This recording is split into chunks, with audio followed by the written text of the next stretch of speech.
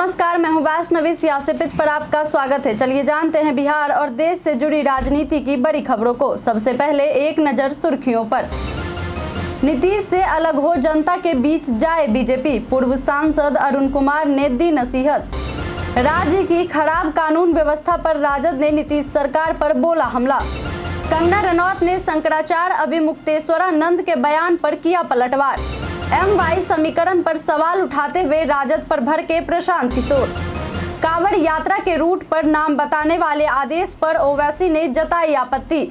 अब खबरें विस्तार से। राज्य की खराब कानून व्यवस्था पर राजद ने नीतीश सरकार पर बोला हमला। बिहार में कानून व्यवस्था को लेकर सियासत तेज हो गई है। विपक्ष लगातार नीतीश सरकार को कानून व्यवस्था पर आईना दिखा रहा है। वहीं राजद राज्य के अलग अलग हिस्सों में हो रहे आपराधिक घटनाओं को लेकर नीतीश सरकार पर हमलावर है। इसी बीच राजद के मुख्य प्रवक्ता शक्ति यादव ने कहा है कि बिहार को अपराधियों ने पूरी तरह से जकड़ लिया है। सूबे में अपराध सिर चढ़कर बोल रहा है। उन्होंने आगे कहा कि विपक्ष की बात तो छोड़िए, भाजपा के कई सांसद और विधायकों को बिहार की पुलिस पर भरोसा नहीं रह गया है। कोई भी सुरक्षित नहीं है। परीक्षा बाधित करना चाहते हैं ट्विटर बबुआ तेजस्वी यादव, जदयू का बयान। मुकेश सहनी के पिता की हत्या के बाद सूबे में बिगड़ती कानून व्यवस्था को लेकर विपक्ष सरकार पर लगातार हमलावर है। वहीं राजद समेत पूरा विपक्ष बिगड़े कानून व्यवस्था के प्रश्न पर 20 जुलाई को आक्रोश मार्च निकालने वाला है। विपक्ष के आक्रोश मार्च को लेकर जेडीयू मुख्य प्रवक्ता नीरज कुमार ने सीधे नेता प्रतिपक्ष पर हमला बोला है। नीरज ने आक्रोश मार्च पर निशाना साधते हुए कहा कि रोजगार में बाधक बन रहे हैं, उन्हें पढ़ने में मन नहीं लगा, वो शिक्षा और शिक्षकों की पीड़ा क्या जानेंगे। जदयू के मुख्य प्रवक्ता नीरज ने आगे कहा कि बीपीएससी द्वारा आयोजित 19 से 22 जुलाई के बीच तीसरे चरण के शिक्षक नियुक्ति परीक्षा को बाधित करने की मंशा ट्विटर बबुआ तेजस्वी यादव की है। उसी मंशा के तहत 20 जुलाई को प्रतिरोध मार्च आयोजित किया गया है। कानून व्यवस्था पर विपक्ष के आरोपों पर बिफरी मंत्री शीला मंडल। बिहार में पूर्व मंत्री मुकेश सहनी के पिता जीतन सहनी हत्याकांड के बाद से सियासत तेज हो गई है। विपक्ष लगातार हमलावर है और प्रदेश में बढ़ते अपराध को लेकर आक्रोश मार्च निकालने जा रहा है। इस पर परिवहन मंत्री शीला मंडल ने विपक्ष पर जमकर भड़ास निकाली है। मंडल ने कहा कि बिहार में लॉ एंड ऑर्डर फेल नहीं है, यहाँ रूल ऑफ लॉ है। उन्होंने आगे कहा कि कानून का राज्य है बिहार में। हमारे नेता न किसी को बचाते हैं न किसी को फंसाते हैं। उन्होंने आगे कहा कि ऐसा नहीं है कि जो अपराध करता है बचता है, तुरंत उस पर एक्शन लिया जाता है। भाजपा प्रदेश कार्य समिति की बैठक में सम्राट चौधरी ने की बड़ी घोषणा। गुरुवार को भाजपा प्रदेश कार्य समिति की बैठक SK मेमोरियल हॉल के सुशील मोदी सभागार में हुई। बिहार भाजपा के विस्तारित प्रदेश कार्य समिति की बैठक में कोई भी राष्ट्रीय नेता शामिल नहीं हुए। वहीं इस दौरान बिहार प्रदेश भाजपा के अध्यक्ष और राज्य के उप मुख्यमंत्री सम्राट चौधरी ने कार्य समिति को संबोधित करते हुए कहा कि इस देश में 1982 के बाद कोई बहुमत की सरकार नहीं बनी। केंद्र की नरेंद्र मोदी की सरकार बिहार के विकास के लिए प्रतिबद्ध है। उन्होंने आगे कहा कि नरेंद्र मोदी ने 2 लाख करोड़ से अधिक का सहयोग बिहार को दिया है।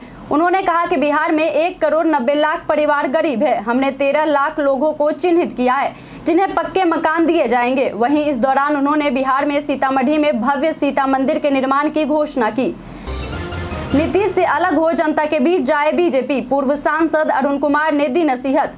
बिहार में पूरी तरह से ध्वस्त हो चुकी कानून व्यवस्था के लिए बिहार के मुख्यमंत्री जिम्मेदार हैं। उनका नेतृत्व पूरी तरह से खत्म हो गया है, इसलिए उन्हें इस्तीफा दे देना चाहिए, यह कहना है पूर्व सांसद अरुण कुमार का। इस दौरान उन्होंने बीजेपी को नसीहत देते हुए कहा कि अगर उन्हें लगता है कि नीतीश कुमार सही तरीके से बिहार को नहीं संभाल पा रहे हैं तो उन्हें सरकार से अलग होकर जनता के बीच जाना चाहिए। 10 विधानसभा सीटों पर होने वाले उपचुनाव में एक साथ लड़ सकती है सपा कांग्रेस। लोकसभा चुनाव में धमाल मचाने के बाद एक बार फिर राहुल गांधी और अखिलेश यादव की जोड़ी साथ दिख सकती है। यूपी के 10 विधानसभा सीटों पर होने वाले उपचुनाव में सपा और कांग्रेस मिलकर चुनाव लड़ने पर विचार कर रही है। मीडिया में चल रही खबरों के अनुसार गठबंधन के तहत सपा को 7 जबकि कांग्रेस को 3 सीटें मिल सकती हैं।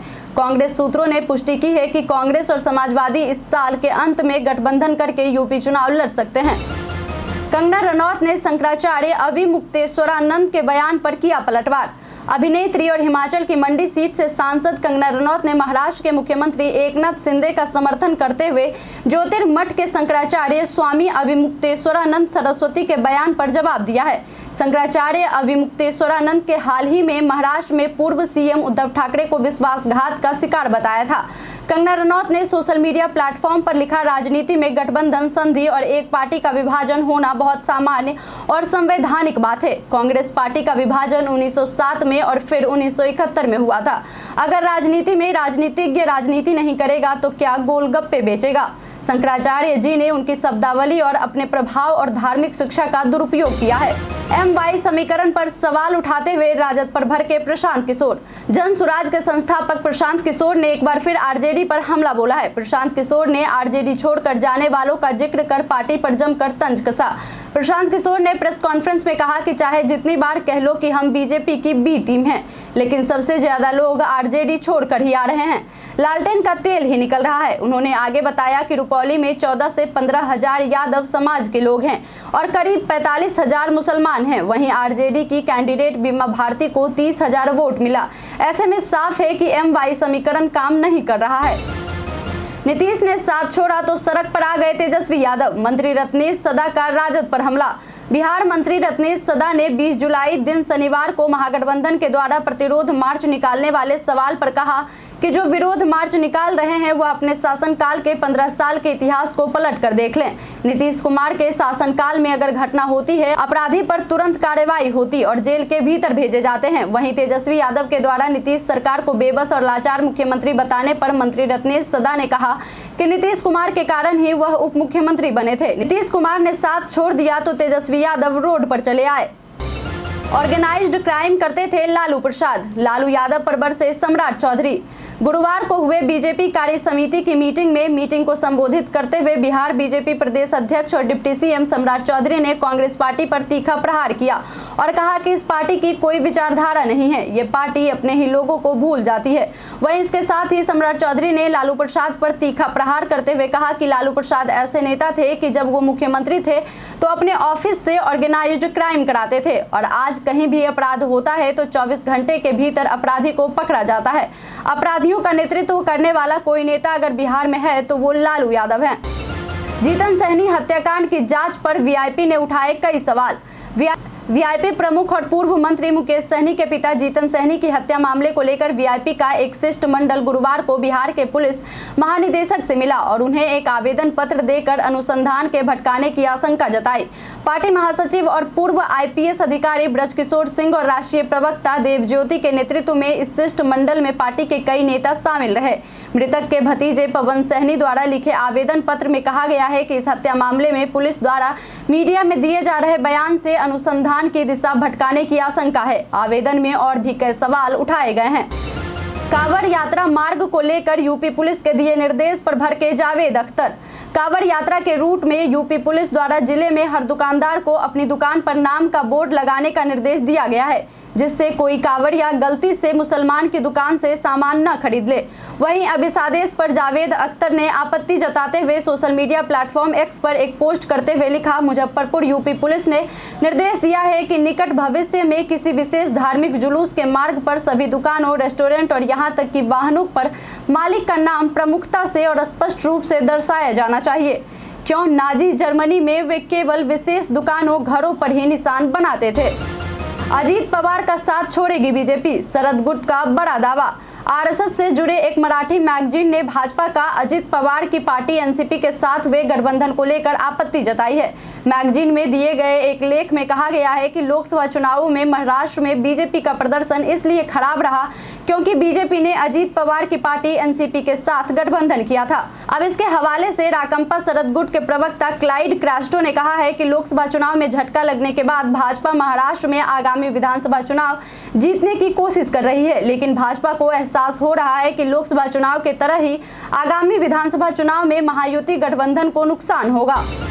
प्राइवेट नौकरियों में लोकल को आरक्षण देने के फैसले पर कर्नाटक सरकार ने लगाई रोक। कर्नाटक की सिद्धारमैया सरकार ने यू टर्न लेते हुए अपने उस फैसले पर रोक लगा दिया है जिसमें प्राइवेट नौकरियों में स्थानीय को आरक्षण देने का फैसला लिया गया था। कर्नाटक सरकार के फैसले के बाद विवाद छिड़ गया था। कई बड़े उद्योगपतियों ने सरकार के इस फैसले पर आपत्ति जताई थी। विवाद को बढ़ता देख सिद्धारमैया सरकार ने फिलहाल अपने इस फैसले पर रोक लगा दी है। लोकसभा चुनाव में खराब प्रदर्शन करने वाले राज्यों में कांग्रेस में बड़े बदलाव की तैयारी। इस साल होने वाले 4 राज्यों में विधानसभा चुनाव को देखते हुए कांग्रेस में बड़े बदलाव की तैयारी शुरू हो गई है। राज्यों के प्रभारी प्रदेश अध्यक्षों से लेकर जिला स्तर पर कमेटियों में बदलाव हो सकता है। दरअसल हरियाणा, महाराष्ट्र, झारखंड और जम्मू कश्मीर में विधानसभा चुनाव को ध्यान में रखते हुए कांग्रेस संगठन को मजबूत करने के लिए प्रदेश अध्यक्षों के साथ साथ कार्यकारिणी और जिला स्तर पर संगठन में बदलाव की तैयारी शुरू कर दी गई है। लोकसभा चुनाव में पार्टी के खराब प्रदर्शन करने वाले राज्यों में इसके कारणों की समीक्षा करने के लिए समितियों का भी गठन किया गया है। ट्रंप पर हमले के बाद बीजेपी ने विपक्षी पार्टी को दी चेतावनी। भारतीय जनता पार्टी ने कांग्रेस सहित विपक्षी पार्टी के नेताओं को प्रधानमंत्री नरेंद्र मोदी के खिलाफ हिंसा भड़काने वाले शब्दों का इस्तेमाल करने से बचने का सुझाव दिया है।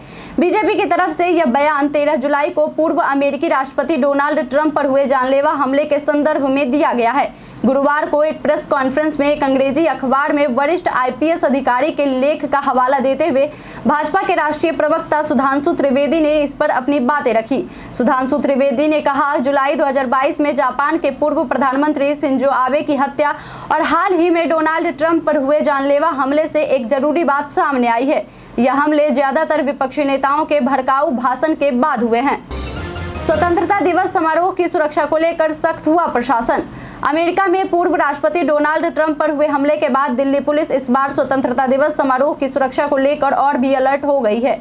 अब जब स्वतंत्रता दिवस में 1 महीने से भी कम समय बचा है, ऐसे में दिल्ली पुलिस ने स्नाइपर, स्पॉटर और एफआर सीसीटीवी कैमरे तैनात करने की तैयारी कर ली है। साथ ही सुरक्षा में विदेशी राइफलों के साथ उन स्नाइपर्स को भी तैनात किया जाएगा जिन पर G20 के दौरान विदेशी गणमान्य अतिथियों की सुरक्षा की जिम्मेदारी थी। इसके अलावा पहली बार एक ऐप का भी इस्तेमाल किया जाएगा। कांवड़ यात्रा के रूट पर नाम बताने वाले आदेश पर ओवैसी ने जताई आपत्ति। यूपी पुलिस पर आरोप लग रहा है कि उसने कांवड़ यात्रा के रूट पर दुकानदारों को पूरा नाम बड़े अक्षरों में लिखने का आदेश दिया है। इस मामले में अब AIMIM के चीफ असदुद्दीन ओवैसी ने भी टिप्पणी की है। उन्होंने कहा है कि इस तरह का आदेश अछूत को बढ़ावा देना है। ऐसा लगता है कि मुसलमानों को अछूत बनाया जा रहा है। उन्होंने आगे कहा कि उत्तर प्रदेश सरकार ने जिस तरह कांवड़ यात्रा के रूट पर दुकानदारों से अपने नाम बताने को कहा है वह गलत है। हम इसकी निंदा करते हैं। यह अछूत जैसी बुराई को बढ़ावा देने वाला है। यह संविधान का उल्लंघन है और यह आजीविका के अधिकार का भी उल्लंघन है। हेमंत सोरेन पर जमकर बरसे हिमंत बिस्वा शर्मा।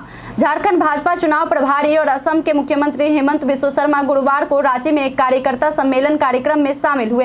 कार्यक्रम के दौरान कार्यकर्ताओं को संबोधित करते हुए उन्होंने सोरेन सरकार पर जमकर अपनी भड़ास निकाली।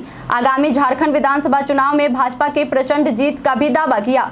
हेमंत बिस्वा शर्मा ने रांची विधानसभा क्षेत्र के मेहनती कार्यकर्ताओं को सम्मानित किया और आगामी विधानसभा चुनाव के लिए उनका हौसला अफजाई किया। उन्होंने आगे कहा कि केंद्र में तीसरी बार मोदी सरकार बनी है। इसकी सफलता का श्रेय बूथ स्तर के कार्यकर्ताओं को जाता है। उन्होंने कार्यकर्ताओं से अपील की कि वे पूरे जोश और उत्साह के साथ आगामी चुनाव में जुट जाएं।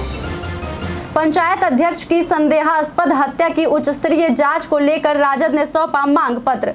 राजद ने अपने पंचायत अध्यक्ष की संदेहास्पद हत्या की उच्च स्तरीय जांच कर दोषियों पर कड़ी कार्रवाई की मांग की है। इस संदर्भ में गुरुवार को राजद का एक प्रतिनिधिमंडल जिला अध्यक्ष दिलीप कुमार सिंह के नेतृत्व में पुलिस अधीक्षक स्वर्ण प्रभात से मुलाकात कर एक मांग पत्र सौंपा तथा मामले की उच्च स्तरीय जांच की मांग की। राजद ने अपने मांग पत्र में कहा है कि मृतक के परिजनों का स्पष्ट कहना है कि एक सुनियोजित तरीके से सुनील यादव की हत्या की गई है। घटनास्थल के निरीक्षण तथा शव को देखने के बाद ऐसा प्रतीत नहीं हो रहा है कि कोई ऐसी दुर्घटना हुई हो जिससे किसी व्यक्ति की जान जा सके। असम के सीएम पर टीएमसी सांसद ने लगाया झूठ बोलने का आरोप। असम के मुख्यमंत्री हेमंत बिस्वा शर्मा ने 17 जुलाई को राज्य में बढ़ती मुस्लिम आबादी को लेकर चिंता व्यक्त की थी। उन्होंने दावा करते हुए कहा था कि राज्य में मुस्लिम आबादी तेजी से बढ़ते हुए 40% तक पहुंच गई है, जो राज्य के लिए अच्छा संकेत नहीं है। तेजी से बदलता जनसांख्यिकीय परिवर्तन हमारे लिए राजनीतिक मुद्दा नहीं है, बल्कि राज्य के अस्तित्व का मुद्दा है। सीएम शर्मा के इस बयान को खारिज करते हुए सांसद सुष्मिता देव ने सोशल मीडिया पर एक वीडियो पोस्ट करते हुए कहा कि असम के सीएम सरासर झूठ बोल रहे हैं। वीडियो में देव ने कहा कि 1951 में असम में 25% मुस्लिम आबादी थी, यह 12% नहीं थी जैसा कि सीएम ने कहा है। कोविड महामारी के कारण देश में जनगणना नहीं हुई, फिर उन्हें मुस्लिम जनसंख्या अनुपात कैसे मिला? सीएम शर्मा पर हमला बोलते हुए देव ने कहा कि जनता के साथ फर्जी जानकारी साझा न करें और सांप्रदायिक राजनीति से बचें। अब बढ़ते हैं आज के सवाल की ओर। आज का सवाल है कि कांवड़ यात्रा मार्ग पर यूपी पुलिस द्वारा सभी दुकानदारों को नेम प्लेट लगाने के आदेश पर आपका क्या कहना है? आप अपना जवाब हमें हमारे कमेंट सेक्शन बॉक्स में लिखकर जरूर बताएं। आज के लिए इतना ही, धन्यवाद।